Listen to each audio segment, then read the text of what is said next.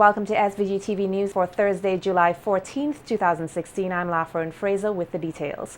This country's Chief Medical Officer, Dr. Simone Keyser-Beach, has expressed concern over the decline in international funding and the fact that this could weaken the gains made in the fight against HIV/AIDS here.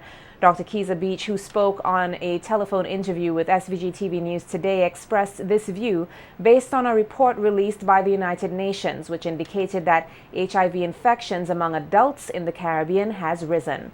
The joint UN program on HIV/AIDS, or UNAIDS Prevention Gap Report, issued yesterday, divulged that after years of steady decline, the Caribbean experienced a 9% rise in infections among adults. The report also reveals that over the past 5 years, close to 2 million adults became infected with HIV each year, and that new HIV infections among adults are on the rise in some regions. Dr. Keyser-Beach, in relating this information to the local front, said that any cutback of international funding could be partially responsible for the increase in HIV/AIDS across the Caribbean. She expressed concern that this shift in funding to other countries would definitely increase the Caribbean's vulnerability. The funding is being funneled to those islands, and convention is reducing decreased funding, even though we have just gotten the global fund. But the risk of this decreased funding to countries like convention is that we would have less resources to provide the care that is needed. For example, medication. And one of the new policies of the trust of the WHO in terms of treating HIV is that all persons once diagnosed with HIV should be on treatment regardless of their cell count. And as you imagine, this is an additional challenge, a strain in terms of providing this care. And with reduced funding, there's a risk that the gains we have made in terms of managing HIV and AIDS would be eroded. Dr. Keyser-Beach further voiced her concern over the failure of persons living with HIV/AIDS to regularly take their antiretroviral medication. Some cases where persons are not compliant with their medication, and this can result in the development of resistance to medication. So those are two of the areas we are concerned about. One, the increased demand for treatment with decreased resources, and the levels of non-compliance that we are seeing. And those two things can definitely challenge our gains, reduce the gains we have made so far with HIV and AIDS. Eating is the right of every human. This was the comment made by Dwight Hillocks, the CEO and founder of Tusty Water, as he made remarks at the annual Start Bright Breakfast Challenge ceremony earlier this week. The program provides 60 children from 12 primary schools with breakfast daily from a menu recommended by the Ministry of Health. Hillocks stated that the project aimed at creating a launch pad which would give children a chance to start the day with a full stomach, and noted that this program has had exciting results thus far. The CEO and founder of Tusty Water further expressed confidence that the program will soon be able to expand, providing breakfast to 5 students at every primary school. And the good news is that we are able to provide free breakfast to every primary school in the school year. It's a step in the right direction. We're going to expand laterally. There's 68 primary schools. We're going to still stick with the 5 children per school because we still have some barriers that we face to expand vertically to go above more than 5 children. So with some additional guidelines that we're waiting on and some further testing to be done, I believe by September 2017 into that academic school year, we can increase, hopefully before, if we can, we will. But to begin with, the next baby step is every primary school throughout St. Vincent and the Grenadines. Also speaking at the ceremony was Prime Minister Dr. Ralph Gonsalves, who noted that the project aptly complements the already existing programs as they fill a void which the feeding program did not. Prime Minister Gonsalves also praised Hillocks for his initiative and called on all to ensure the continued success of the program. And we really have to support the drinking of this water. Yes.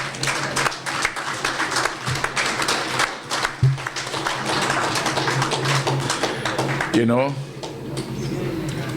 some persons may say it's a brilliant selling point. But the point about it is this: nobody thought of it before. And his heart is in the right place. And if his mind and his heart come together, and where you have divine inspiration and human intelligence combining to work with children, it would be a sin if this project doesn't succeed. We have to make it succeed. Also speaking at the ceremony was Minister of Education St. Clair Jimmy Prince, who highlighted the importance of breakfast in a child's development and considered it an excellent complement to his government's Zero Hunger programs. Prince also praised the participating teachers for their commitment to the students as they went above and beyond the call of duty in helping the students of the program. Certainly, this project is very much in keeping with our government's thrust of zero hunger in St. Vincent and the Grenadines, and we applaud it. I must commend the organizers of this award ceremony for recognizing and awarding outstanding performers within the participating schools. And to all awardees, on behalf of the Ministry of Education and National Reconciliation, Ecclesiastical Affairs, I offer congratulations to all of you who have excelled in your work. And I also like to especially say thanks to the teachers. Everybody has said that before. This morning at another ceremony, I had to comment that there are some teachers who go beyond the call of duty to provide services in the schools for which they're not paid. The Prime Minister mentioned before. But we never see these things, all right? There are some teachers, of course, who don't pull their weight, but there are some who do more than they're supposed to, and I'm happy about that. Farmers, fishermen, and traffickers of agricultural goods are expected to benefit from a boost in trade as the Ministry of Agriculture is making practical steps to take advantage of a pilot program launched by the Organization of the Eastern Caribbean States. Speaking at a briefing, Minister of Agriculture Saboto Caesar says the project, which was launched 3 weeks ago, seeks to address the critical issue of the sub-region's high food import bill, which stands at around $580 million US. Caesar noted that this project seeks to address this issue by supplying the sub-region with goods produced by the sub-region, as well as increase the shipping capacity of the member states. It has been the quest of member states to reduce this food import bill, which is spiraling out of control. Many technicians in the various member states, persons both in the ministries of trade and agriculture, collected information over the years, have studied the information, and we are putting in place a practical effort whereby we are expected to see the movement between member states of agricultural commodities originating from within the sub-region. Caesar expressed optimism that this project will create new opportunities for farmers and traffickers, particularly in the area of the shipping of fish and other perishable goods. Traders, traffickers have complained that there are several markets in some of the member states, but there is an absence of the capacity to take refrigerated goods. Therefore, we cannot move fish by boat in large quantities. And other agricultural commodities which are perishable, we can't take them between member states. This project is intended to solve those problems. I know that our fishers have been looking for more markets and more market opportunities, but the issue of transportation, maritime transportation, has been a hindrance. Giving mention to the Treaty of Basseterre, Oliver Serafin, the former Prime Minister of Dominica and President and CEO of Global Shipping, stated that maritime shipping is of key importance to the movement of agricultural goods and has dedicated the services of 3 of his ships, which he says have the capacity to adequately transport goods throughout the sub-region. We are convinced that the need for shipping, as articulated by the Treaty of Basseterre, revised treaty, can find a meaningful response from us. We've got the 2 boats at 2 boats carrying 40-foot refrigerated containers, two of which. And then we've got a third boat, which is the Iron Cat, which is now in Tortola, awaiting certain decisions we made as to its movement down islands. It can carry 9 40-foot containers. And so we are in a very strong position to respond to that need that has been established over the many years, that has been a lacking factor in the movement of goods and services in the region. The St. Vincent and the Grenadines Beekeepers Association joined forces with the Australian Aid High Commission and the Ministry of Agriculture in an attempt at improving the sustainability of the beekeeping industry here. Technical assistant of the St. Vincent and the Grenadines Beekeepers Association, Alan Williams, highlighted some of the association's plans. To import queens, private queens from overseas could help enhance a queen rearing program here in St. Vincent and Grenadines, to enhance our colonies, the number of colonies here. We want to increase the number of colonies so we can increase our honey production. And we also want to upgrade our standard of operation by procurement of equipment from overseas. We had to do a few importations. We also want to develop a process where we can build boxes and equipment here locally in St. Vincent. So it's actually a comprehensive package where we want to enhance beekeeping in St. Vincent and Grenadines. Williams also noted that beekeeping has the potential to create jobs, therefore youth should not be afraid to make it a career. The people generally have a phobia for bees, but we want people to understand the importance of bees to especially food production, to the environment.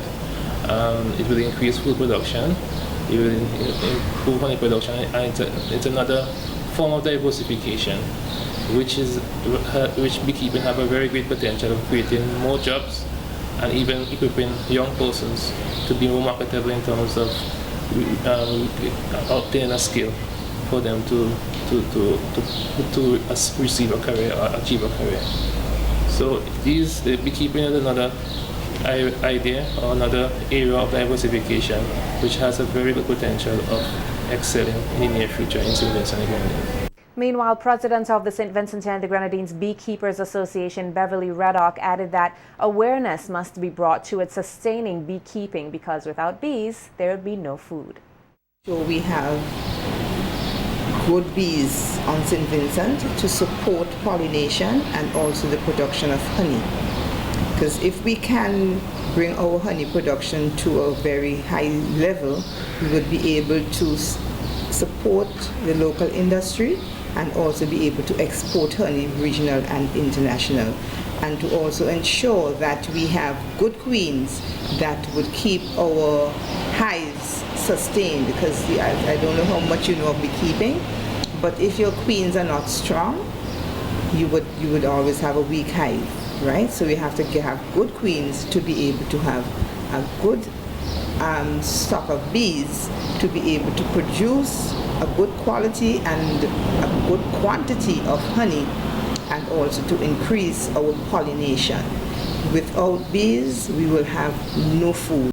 A night of praise, fun, and worship is being planned by the Glen Baptist Church and will be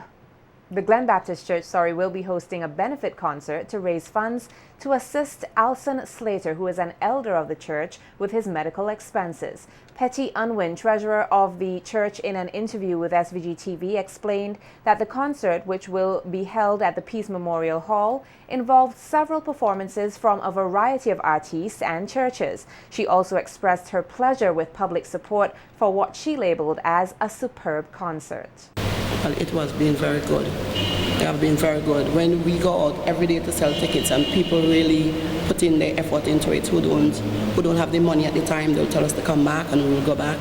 And a few people make contribution already, like Oti. He donated $500 already. And we have Glen Baptist Church. They also going to donate some monies also. Yes, I will like to see a lot of people from St. Vincent come to the concert, because the concert is really for a good cause. You know, because we know a lot of our Vincentians, you know, some of them are suffering from all kind of diseases, and we don't know what can happen to us. So it's really good if people can come out, because they're going to be a night of worship. It's going to be real fun with Fidel and all of those guys. Trust me, they won't regret coming out. Unwin added that the church is planning other fundraising activities which would follow the concert, and hinted at the possibility of other concerts to assist kidney patients. After the concert, we're planning to have sale on the jacks where we normally do, and then we're planning a concert of drama also. If I get to meet with more kidney patients, because I spoke to the lady, Mrs. De Freitas, at the dialysis place, right? So she's walking along, so she decided to walk along with us. And once she walk along with us, then it will be future plans, because we plan to have more shows to see how we can help people in that situation. Also speaking with SVG Television was kidney patient Alson Slater, who stated that doctors discovered his condition a few years ago, and since then he requires dialysis at a weekly cost of $1,500 EC. Slater added that he has been able to remain positive primarily because of the support and love of family, friends, and well-wishers. It's good because if you don't have the support of your family, if you don't have support of your community, you feel kind of alone and disappointed, and sometimes you feel discouraged. So you need people to help cheer you up and help build you up, because we feed up on each other, we help each other. As brothers and sisters, we reach out. So that is how people become strong and don't want to give up, because there are other persons out there who are willing to help and to reach out to you and to help you. This country is set to host the 46th Annual Caribbean Public Sector Conference, which will discuss the unification of the region's unions. During an interview with SVG-TV, President of the CPSA and the PSU, Elroy Boucher, said that the need throughout the Caribbean to strengthen the unions was critical given the challenges that the unions have been facing throughout the region. Boucher further explained that some of the challenges were because some governments who were experiencing economic hardship were being forced by international agencies to implement fiscal measures which result in the reduction of salaries without a simultaneous reduction in cost of living, which is increasing daily. Public servants makes it more and more difficult. We have to navigate that. So we may advocate government for increases, which may be difficult to give. So it is very challenging to really get across that message for them to understand that, because they themselves have to abide by some of the measures that are imposed by these external agencies. There's also many issues that has to do with worker rights, collective agreements, where governments are reluctant to even sign them.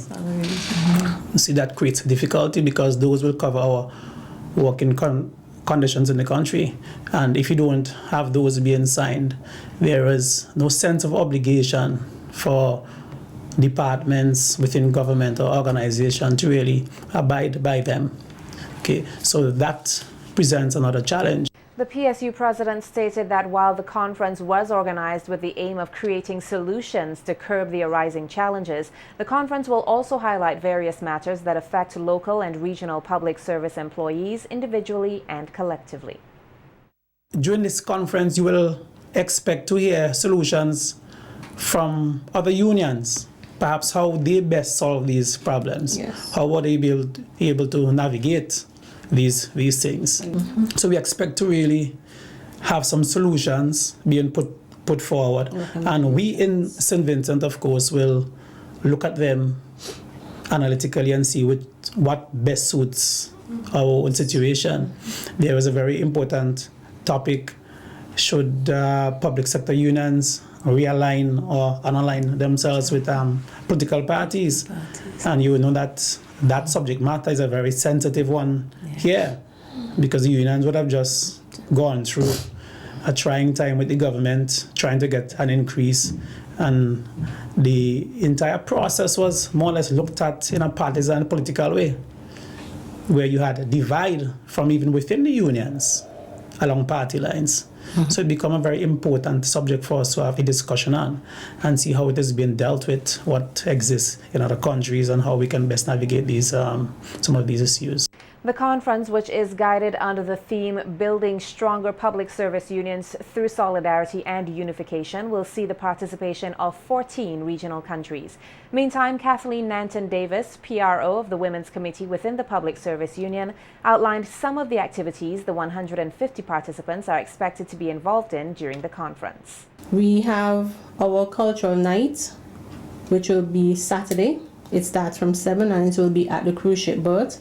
And Sunday, we'll have a church service and a cocktail.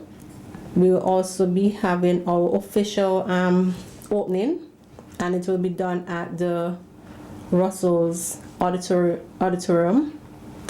Our featured speaker will be the Prime Minister. On Monday, our social activity, our other unions is partnering with us. They are partnering with us, and on board we have the teachers union, St. Vincent Teachers Union. They will be hosting them the social aspect on Monday. On Tuesday, we have the Police Welfare Association. They will be hosting the activities for that night. On Wednesday, we'll be going at the Spring Garden, and the National Labour Congress, they will be hosting us. The conference will also be hosting a VIP party at the Bookament Bay Resort on Friday, July 22nd, which is open to the public. Nanton-Davis said tickets for the event are on sale and is urging all persons to get involved. Junior Chambers International, formerly known as JC St. Vincent, will celebrate 57 years of existence on Saturday, July 16, 2016. The organization, which is currently hosting a week of activities in commemoration of its anniversary, intends to continue building awareness about the JCI movement. SVG-TV's Nikita Tony has more in this report. Chambers International JCI is aimed at creating positive impacts in order to achieve positive change. And for over 100 years, they have provided an avenue for youth development and empowerment. JCI St. Vincent President Siobhan John thanked past senators for their stalwart involvement in the JCI movement. She pointed out that while the movement has been somewhat dormant, she and her team are determined to revive its presence in the Vincentian society. JCI has always been there. Will always be there, and we are still encouraging young people to attack challenges and make sustainable impact in their communities. That's the mission of JCI, and that's what we are carrying out throughout the 57 years and beyond.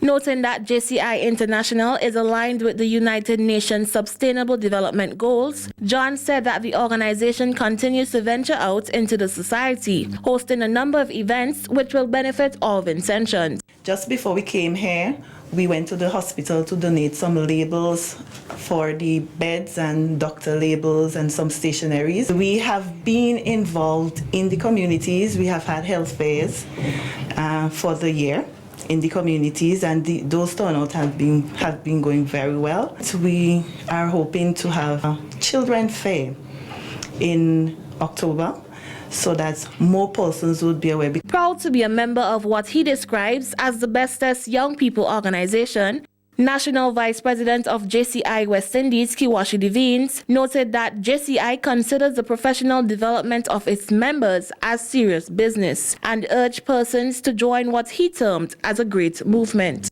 I definitely could not miss this celebration. I think it's a momentous occasion that we have going on here. For a long time, I thought I knew what leadership was and how I can lead. And of course, I thought I was developed, but JCI has groomed me in a different way. This year, the global theme for JCI is Just Act, because everything aside, all the meetings and whatever fancy regalia we may want to put on, action is where it's at.